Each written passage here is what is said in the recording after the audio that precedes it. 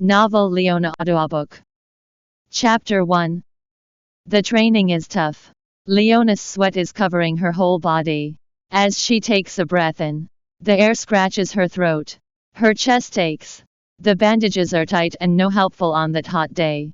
A punch from nowhere lands on her face. She ends up on the ground with a ring in her ears. "Leon, will you ever learn not to daydream on training?" says Master Yin. She opens her eyes, seeing his tall figure coming her way. His yellow bright eyes meet hers as he stoops right beside her. She pushes the ground with her hands so she can stand up. He is angry, she thinks. "I'm sorry, Master. I'll be better," she answers with uncertainty. He crosses his hands and raises his eyebrow, knowing that she is lying.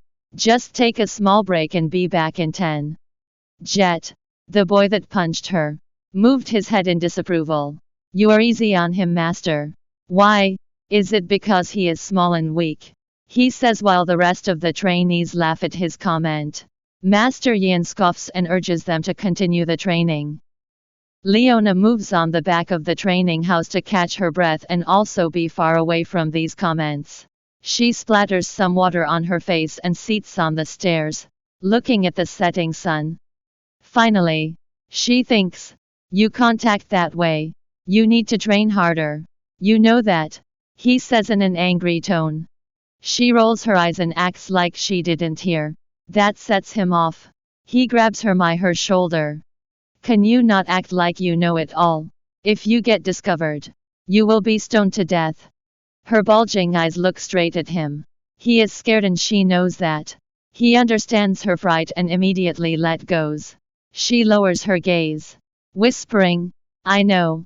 He sits beside her, holding his head in frustration. "You know how important it is for you to succeed, right?" She nods her head approving. He lets out a sigh and continues. "You can't let them bring you down because their muscles are bigger. You are stronger. Yes, your body is smaller, and it will never become like theirs. But your connection with the light is greater. Something they will never achieve." Leona looks at him in relief. She knows he only wishes for her to achieve her goal, to become a dragon warrior, also known as a warrior of light. These are the names given to the people that are chosen of this great task, to protect the kingdom of Khan, the emperor, and the royal bloodline from any harm. That's the only task she is aiming at. And that's what is about to come tomorrow. In the arena of fire, 10 young boys are gonna be chosen to enter the palace and learn the secret techniques and knowledge of their power. They will serve the emperor and the best will be rewarded. Every boy with the power of the dragon from the age of 15 to 18 will travel across the country to participate to the game, so they can take a place next to the royal family. But Leona isn't a boy. One night, an arbitrary thing happened. A girl born with the powers of the dragon. All the traits to make her qualified for this task. How? We don't know yet. All we know is that Master Yin saw something in her and took her under him, teaching her to dress like a boy, to act like a boy, to be a boy, so she can become a dragon warrior. Something that he failed. So, as the setting sun is being swallowed by the night, she undresses her bandages that are tightened around her chest, lets her short brown hair fall down her neck and sinks into the bathtub while looking with her amber eyes the moon that is now shining in the sky. And so it begins. The new dawn begins and our trainees are getting ready for the game. Leona is tying a slip of cloth around her chest and wears her hair in a ponytail. She eats fast and goes out of her room waiting with the other boys for Master Yin. "Look, boys. Here is Leon, the most powerful man this world has ever known." Jet mocks her once more. She scoffs and the rest of the trainees laugh. "I don't know about powerful, but I can beat you," she answers back. He opens his eyes wide open and moves aggressively towards her. He is ready to fight, and so is she. She continues provoking him even more. "I saw you crying the other day. Was it 'cause Tara said no to your confession? Or because you think you are someone, but no one else agrees?" He raises his left fist and with hate he aims at her. His hand stops right before her eyes. All because Master Yian's hand prevented it. Yian's face is blank. Like he can't tolerate any of this anymore. Can we not do this now and get going to the arena? He says while hitting both of them behind their heads. All boys fall in line and like that go out of the academy. All the people are out in the streets and balconies, celebrating this day. All kinds of decoration is accompanying their way to the arena. Leona remembers seeing the scenery by the viewpoint of the people standing on the sides, always hoping for this day to come. The streets are made of stone and the color of red and yellow is everywhere, the color of the dragons. She thinks in awe.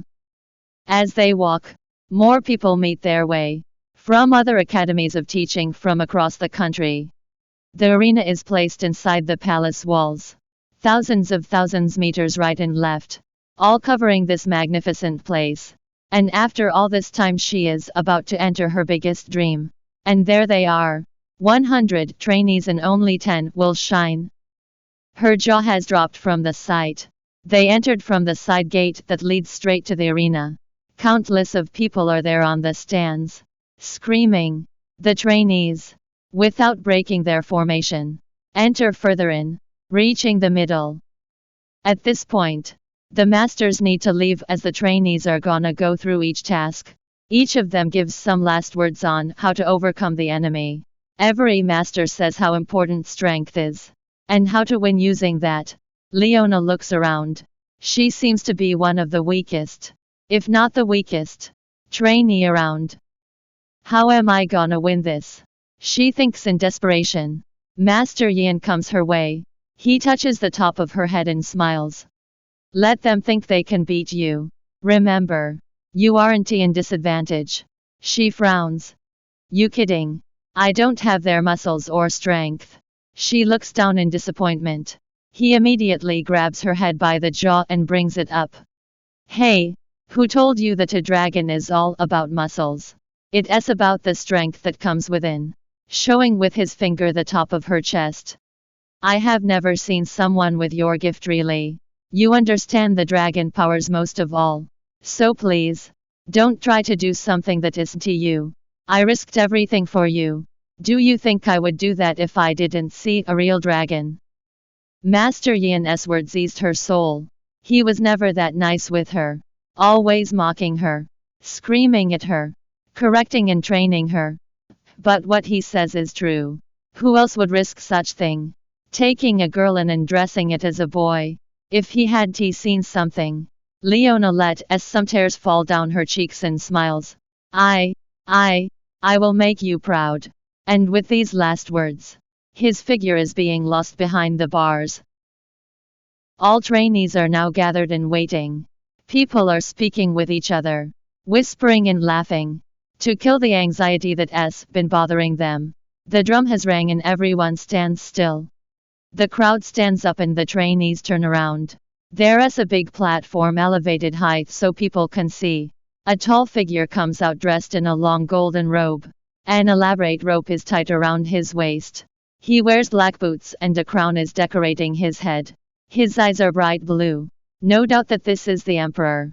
Only the royal bloodline is blessed with this clear blue eyes.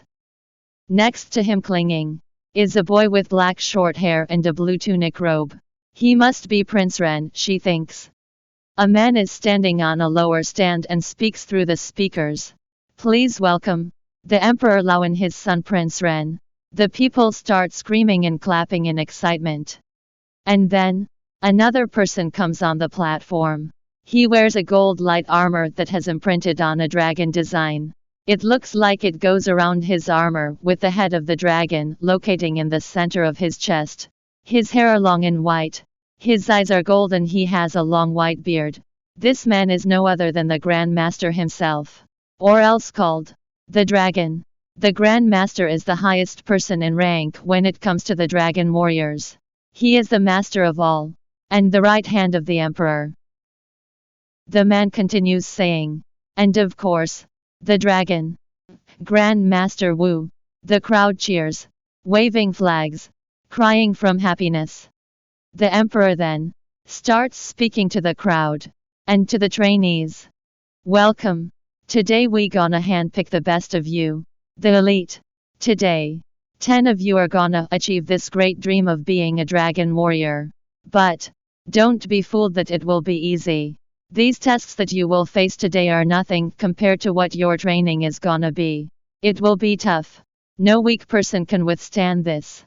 The ones that will lose today, fear not, since you can still be called dragon warriors and help our kingdom from the outside.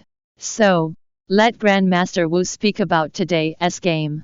And with this speech, Grandmaster Wu steps forward to continue from that point. My young dragons, the first task is this: you will be 10 teams of 10 people each. You will find a series of creatures on your way to the other side of this town.